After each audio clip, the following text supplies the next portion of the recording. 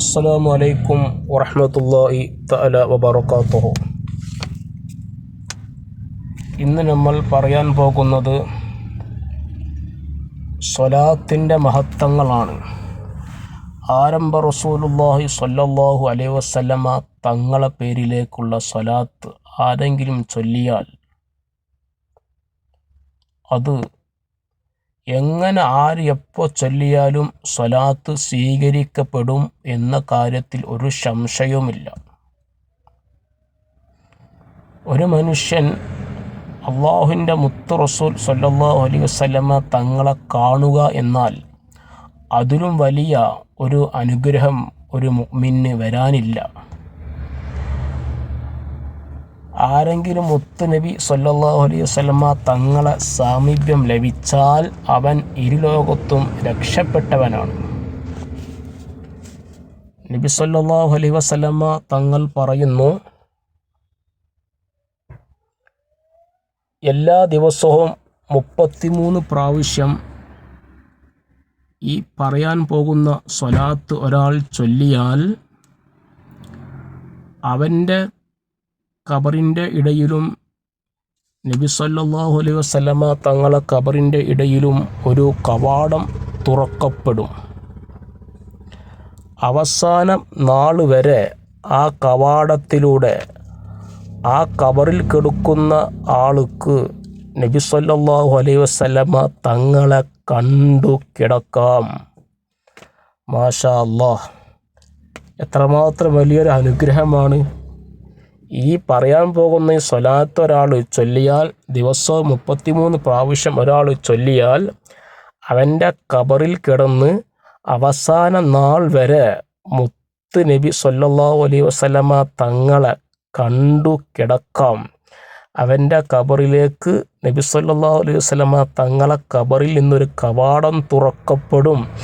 ആ കവാടത്തിലൂടെ ആരംഭ റസൂലുള്ളാഹി സ്വല്ലല്ലാഹു അലൈഹി വസല്ലമ തങ്ങളെ കണ്ടു കിടക്കാം എന്ന് പറഞ്ഞാൽ അത് വലിയൊരു ഭാഗ്യമാണ്. അപ്പോൾ ഏതാണ് ഈ പറയാൻ പോകുന്ന ഈ സ്വലാത്ത്? അല്ലാഹുമ്മ സ്വല്ലി അലാ സയ്യിദിനാ മുഹമ്മദിൻ വ ആലിഹി സ്വലാത്തൻ തഖൂനു ലക റിളാഹൻ വലി ഹഖിഹി അദാഹി. ഈ സ്വലാത്ത് ഡയലി 33 പ്രാവശ്യം ചൊല്ലുക.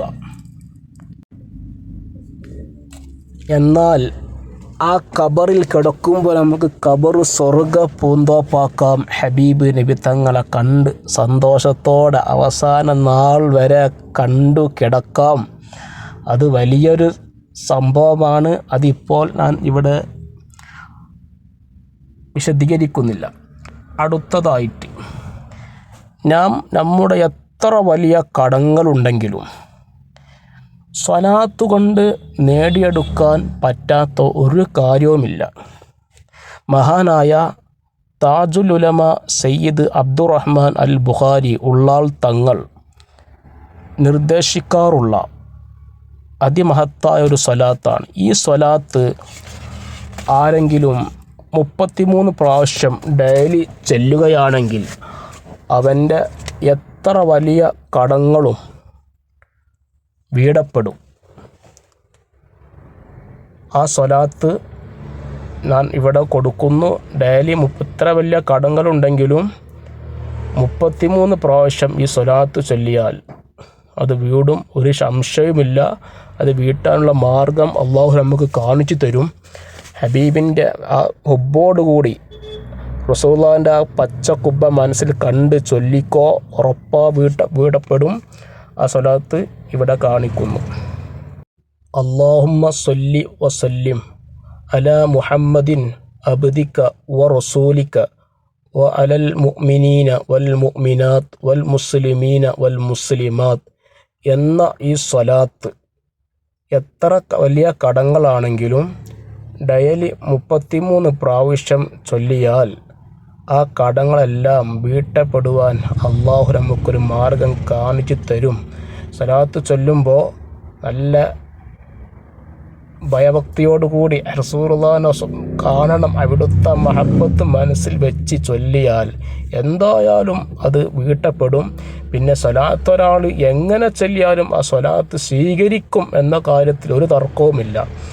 അപ്പോൾ ഇങ്ങനെയുള്ള കാര്യങ്ങൾ നമുക്ക് ദുനിയാവിൽ തന്നെ അനുഭവിക്കാൻ ചൊല്ലുമ്പോൾ അത് വളരെ ഭയഭക്തിയോടുകൂടെ ഹബീബിനെ മുന്നിൽ കണ്ട് ചൊല്ലുകയാണെങ്കിൽ എന്ത് പ്രയാസങ്ങളും അള്ളാഹു നമുക്ക് അതിൽ ഒരു വഴി കാണിച്ചു തരും എന്നതിൽ ഉറപ്പാണ്.